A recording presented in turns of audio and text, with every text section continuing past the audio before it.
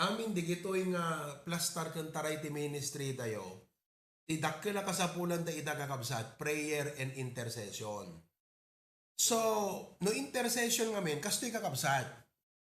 No ag-preach tayo, we talk to men about God. But when we intercede, we talk to God about men. So dapat ti ministry, hanla nga preaching, no diket prayer and intercession. As much as we want to talk to men about God, we must also talk to God about men. Because the power of our preaching that does not come from the preacher himself. The power of our preaching comes from our prayer and our intercession. So itat tagakabsat, let me share with you why many Christians neglect prayer and intercession. Neglect ko nakakabsat ata nung na-neglect kam, kahit nga sawod, it implies nasisita day nga banag, ngam nakaligtaam. So the prayer and intercession is very essential in the life and growth of every Christian, of every church, and every ministry. But why do we often neglect? And here are the common excuses. Number one, busyness. Naka-mindset tayo kakabsat, kadagiti ado a necessities, responsibilities ti panagbiag. Busyness is the number one reason why Christians neglect prayer and intercession. Ngam kitain nyo kakabsat ni Apo Jesus in Luke 5:16. Luke chapter 5 verse 16. Pakipagbasa kayo kanya. Kasto iti ko na, ready? Go. And he withdrew himself into the wilderness and prayed. The word that you see there is withdrew. Ikaw na sa undeta kakabsat, Jesus Christ ministry was very busy. Healing, preaching, teaching, mentoring the disciple. Very busy ministry. But in the busyness of his ministry life, nakita na kakabsat, impakita na kada tayo, the example, nga busyness without prayer will amount to nothing. So impakita na that even though he is the Son of God, impakita na the importance of withdrawing yourself from the day-to-day task just for the sake of prayer. Natayo no daduma, when we withdraw ourselves from the task of life, ti goal tayo kat agbakasyon ka nag-relax. Iso nga you go somewhere in the beach or in the mountain or you go somewhere else. You want to withdraw yourself from the regular routines of life. Inka di adayo. Di han mo makitkita di routine mo nga inaldaw. Because we want to relax ourselves. There is nothing wrong with vacation and relaxation. But if we want to have a powerful ministry, relaxation may refresh our body, but prayer will empower our ministry. So nga ni Jesus Christ, He did not withdraw Himself just to relax. Nag-withdraw ni Apostol Kristo for prayer. So nga kakabsat, if you are very busy with life, ikayat na nga sa one, find time. Set yourself apart from the daily routine of life. It could be in your closet or it could be somewhere else. Like when you go to work, lunch break mo, kat isot gundaway mo agkararag kas pagarigan. Or maybe in the bus, kat awa mo to ubraam, iso nga in kwak deti prayer diary, kat nga isot gundaway tayo kakabsat, nga makisarsarita kan agkararag ti Apo. Hala nga makisarita ti ubraam tayo ti Apo Ada kaya tayo nga isarita king kuana. We have an intention. We have a desire from God. So, the number one problem is busyness. So nga, if you are too busy that you cannot pray kakabsat, I must tell you, your life is imbalanced. You're not doing it right. So you need to follow the pattern of Jesus Christ. Set aside a time and set yourself apart just for prayer. Number 2, the second problem why Christians neglect prayer and intercession is doubt. Siguro adult prayers mo idin nga na sinungbatan ti Apo ti panagkunam. Pastor, di mawatak ti Apo hanamat inted, hanamat nga impaay. So you begin to lose your confidence and trust in prayer. Pero kakabsat, listen to me. If you think that God did not grant your prayer, you are wrong in one sense because God answered your prayer only not in the way you wanted it to be. Because when you pray, call unto me, I will answer thee. He will say yes if what you are asking is in accordance to His will. He will say no if it's not in accordance to His will, but He will do it in another way. He will say wait if it is not yet the right time. But God surely answers prayer. Tapos paganikan, di bay sa pamilyam, Apo, paimbagam ko nam, kat di mo't imimbag na tayon. You begin to lose your heart in prayer. Kasi kunam kat, kunada nga no, kararag ka, sungbatan na ka ti Apo, inkararag ko di kabagyak, nga agasan ti Apo, di namot inagasan, nataymot, mabalin nga na sinungbatan nga agasan, di kas di kayak mo, nga daw-dawatan ti Apo, ngam di mo amo, nga idinatay, at adut na isalakan. At nag-necrological service ka, for example, kat kabagyam ti ado, so kunam Apo, thank you. Hamong man sinungbatan, di kararag ko nga umimbag, day kabagyak. Ngam idinatay, at ado mo ti kararwangan na isalakan. So when you pray kakabsat, aggunay lata iti Apo. So brethren, if you are in a state of doubt, don't lose heart in prayer because God knows what is best and He will answer. Amen kakabsat? Oh, amen. James 5:16, the Bible says, especially in the last part, the effectual, everybody read that part, go. The effectual, fervent prayer of a righteous man, anak ko na, availeth. Kitahan nyo deta? Dayjay kano kararag timay sa analintag a tao, dakkel ti magapuanan na. So ano agkararag ka, dakkel magapuanan na. Kat no adutay nga agkararag, di nakaado nga dadakkel iti magapuanan na. So nga kakabsat, no kayat tayo ti ado nga magapuanan ni Apo Diyos ti biyag tayo, ken ti church tayo, antay laeng nga nayunan ti pasnagte nga agubra. Nayunan tayo ti pasnagte nga agkararag. I often say, antay nga agkurang ti gaget, nang rona kada kayo dita, ay kakabsat, nagaget kayo nga perme. At adwa talot pagubraan nyo pa'y adaduma. Hangkay nga agkurang ti laing. Amen. Kanalalaing kayo. Amok nga mabalin ti kurang tayo, kararag ti kurang kakabsat. Iso nga, ado mo't tinagapuanan tayo ti biyag. Ngam ado kumapay tinagapuanan tayo. No binuybuyogan tayo lat kararag kakabsat. So nga, remove that doubt. Number 3, maikatlo nga reason no api maneg-neglect ti prayer is because of distraction. Ado unay ngamin kakabsat, iti mangagaw ti attention tayo. Hantay mo't nga busy in a sense nga awan free time tayo.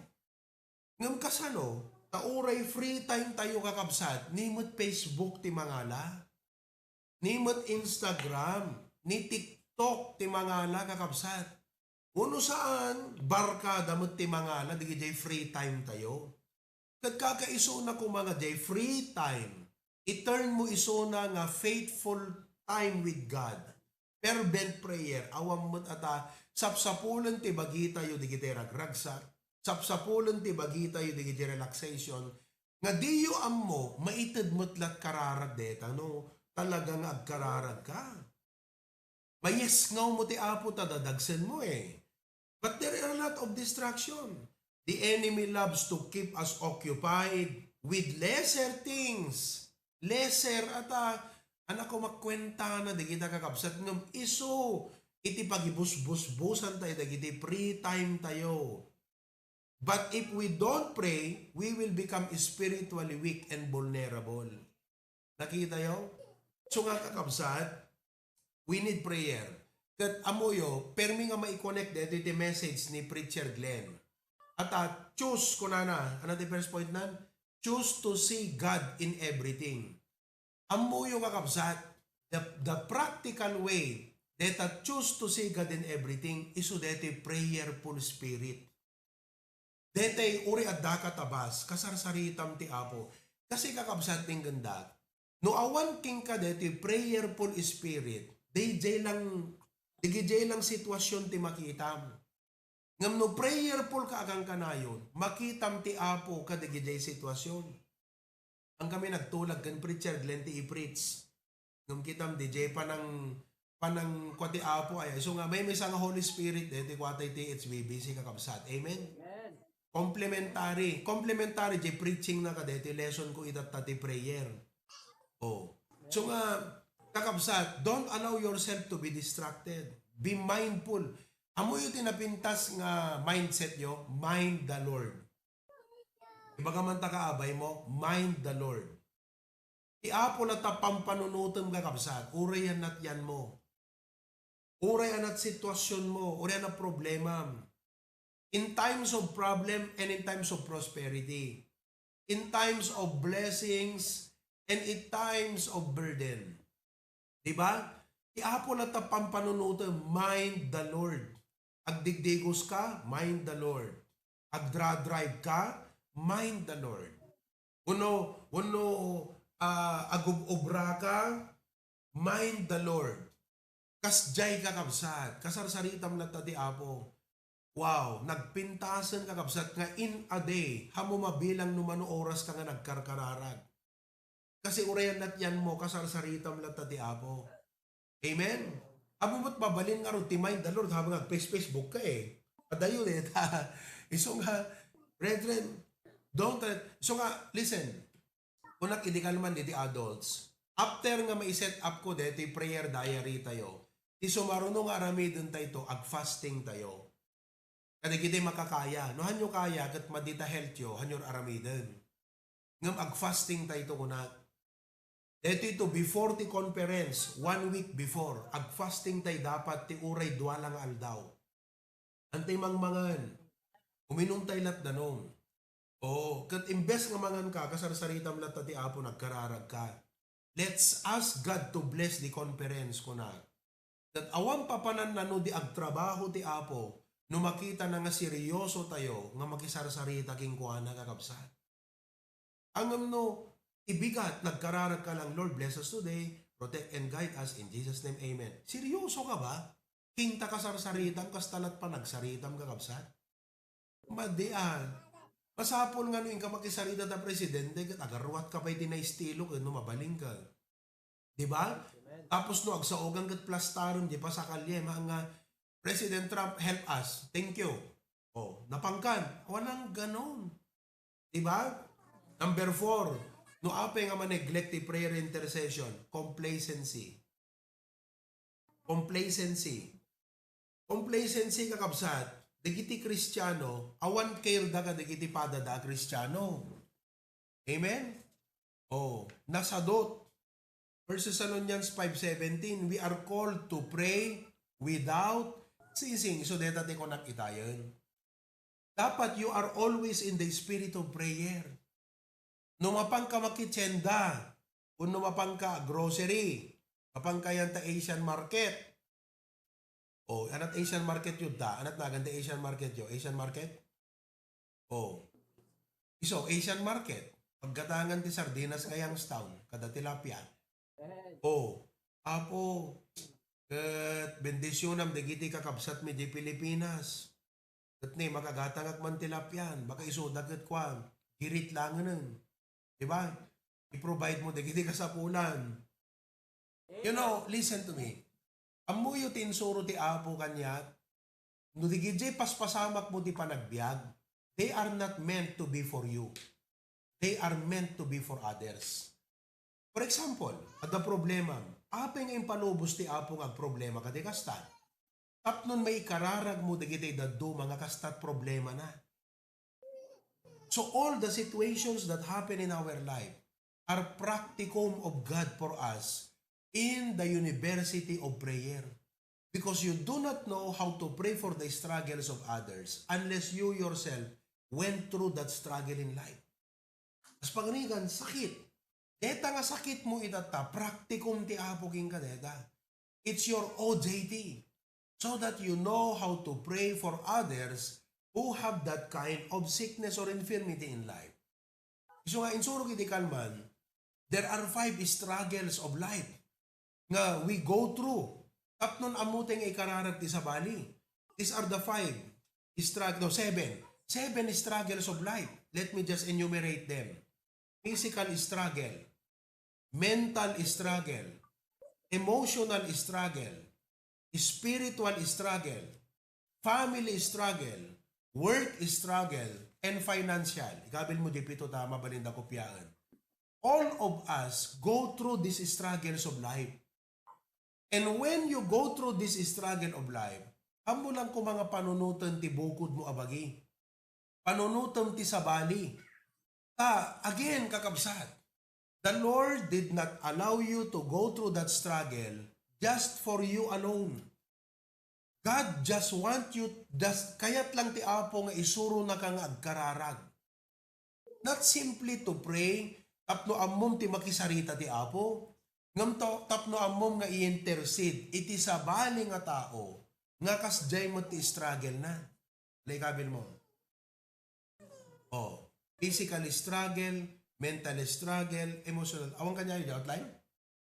At the insen ko, ijayanta ko hindi kalman. Imprint daw. At the giant HBBC. Insen ko pera di kalman. Kasi na-print ito. Okay? Physical struggle, isurat yun. Physical struggle. Iso di kita saksakit. Babambanog. So ano tayo, Apo, nakabambanog. Dito yung Hawaii. Kung natin nuwa. Dapat malagip yung apo. Kasano nga tamod di kita kakapsat nga babambanog. Nga isutrason da nga naman makigimgimongan. Nabambanog da kanon. Ando may makiprayer meetingan. Sapay ka di apo, tapalagipam ida, tapnuri ka sa no banog dagat umay da makigimong. Kas dyan no ka kakapsat. May kadwa, mental struggle. Diba? Iso di kita mauupa yan. At the fears nan. Diba? Number 3, emotional struggle. Ano na ito? Grief and depression. Diba? Mapanag-ubra nga magtaytay ang pampanunot nan. Daytay rumwar yan tamol, dinamot yan tay lugan ng kakabsat. Di kita nabannog ti panunot na digitan. Napadasan nyo kastang kakabsat? Daytay rumwar katamol kat, buri ka, anak nagparkingat itay. Ito'y, anawan. Napadasan, honestly, sino napadasan na kastay-tay na ima na? Pambira, kahit nasa one stress kayon. So, nukasta nagkararag ka ko ng apo. Delikado. Deto'y panunot kong katkuan, aglag. Kat balagip ko apo, baka dada kakabsat nga kastoy mo ti pasamak na ita. Kat nukasano nga tulungan ng apo, tulungam kadmat ida apo. You see? Kasta kakabsat ti isursuro ti apo kada tayo. Iti intercession. Number 4, spiritual struggle. Satan's attack. 5, family struggle. Diba? Problema ti marriage. Naganak, kakabsat, anak, kakabagyan. Ada ka di problema ta pamilyayo ita. Kakabsat, kontrolado ti apo amin di kita. All things work together, amin. In palubos ti apo nga mapasamak king katikasta, hanga tapno madadael ta pamilyam. Hang kamadanagan, han na madadael ta pamilyam. Urnusan mo't lang ti apo, ngam kayat na lang iparik na king katikasta, tapno amum nga ikararag, dagiti sa bali nga kastat parikot na ti panagbiag. But don't you worry, han na maperdi ta pamilyam. Basta agkararag ka. Anapay, work struggle. Kita ang neda? Agis struggle ka sa trabaho, nasungit di boss mo, di ba? Or adada problema, financial struggle, kakabsat, all of that. You see? So nga, let's not be complacent in prayer. Number 5, maudi. Number 5, nga rason no apay nga ma-neglect ti prayer, self-reliance. Self-reliance. Especially iti panawon tay ita, adon dagiti tools, ken mechanism, ken methods, technologies nga usaron tayo, nga hantay kasapulan ng ti dumawat ti apo ti tulong. At we have all the tools necessary to make life and things work. But kunana di Bible, trust not in chariot. Amoy deta chariot, idi kakabsat. Digitoy ti mechanism ti laban, ti war. So, they prepare the horses, kasla kumano, gubat kat, kompleto tangkem, kadaam amin. Kayang-kaya, kumbaga kat, they JP lang gamit mo, ma-overpower mo ta enemy. You have more than enough. Ngam kunana ti Biblia, trust not in chariot. Iso nga uray ado, dagiti napintas pagubraan nyo, ikan kay ti rason agkararag. Uray kat napintas na ubram ita, no pinitik ti apo ta sanun at buhang ka makabangon tong bigatan. Iso nga hang kalatagtaltalit nga napintas na pagubraan, nga napintas na sweldo. Kunam apo, uri napintas ti sweldo, ikan naklatat sanun at. Iso nga kakabsat, ti prayer ko kat ikan na tayo ti apo ti rason nga agkararag. Kasi ang agkararag no awan rason eh. Agakarkararag ka nga no awan reason mo. May God give us a reason to pray, to seek the Lord, to fast even if necessary, kakabsat. But let us never neglect prayer. As I close, deti ministry tayo dumakdakil. Nalaka lang ag-collapse deti, kakabsat, nuhan tayo agkararag. Iso nga, I leave the burden to us, not a heavy burden to carry, but a concern in our heart. Nga deti kadakkel ti ministry tayo reda kay ta Hawaii ket awang kay ti Pilipinas. Sapay kumatada kayo agtultuloy kayo nga partners tay ti karkararag ditoy. Amen. Don't just watch the ministry grow. Watch and pray. Kunana di Bible. So don't just watch the ministry grow. Di ka na sound di watch i-jacket ko hangke maturog kunana. Oo, agkararag kayo kit di. Baka sumrut tayo ti sulisog, lest ye come into temptation. So nga, church, I would like to address you all today. Let us watch and pray because we do not know the temptation, the trial that we will go through in life. But by prayer, we can overcome it all. Let us prevail in prayer. And all of God's people say, Lord, thank you so much. Na-revive man ang ti prayer life mi Apo. Kat kararag ko nga tong galmaysa, ipasnek mi, naramidin to, deti mairuging prayer diary Apo Diyos. Thank you for the message. Ngayon palasat bukan Preacher Glenn, the Holy Spirit, and walking with God and choosing to see God in everything. And thank you for this message, Lord, a compliment na nga permi. In Jesus' name we pray. Amen. Amen.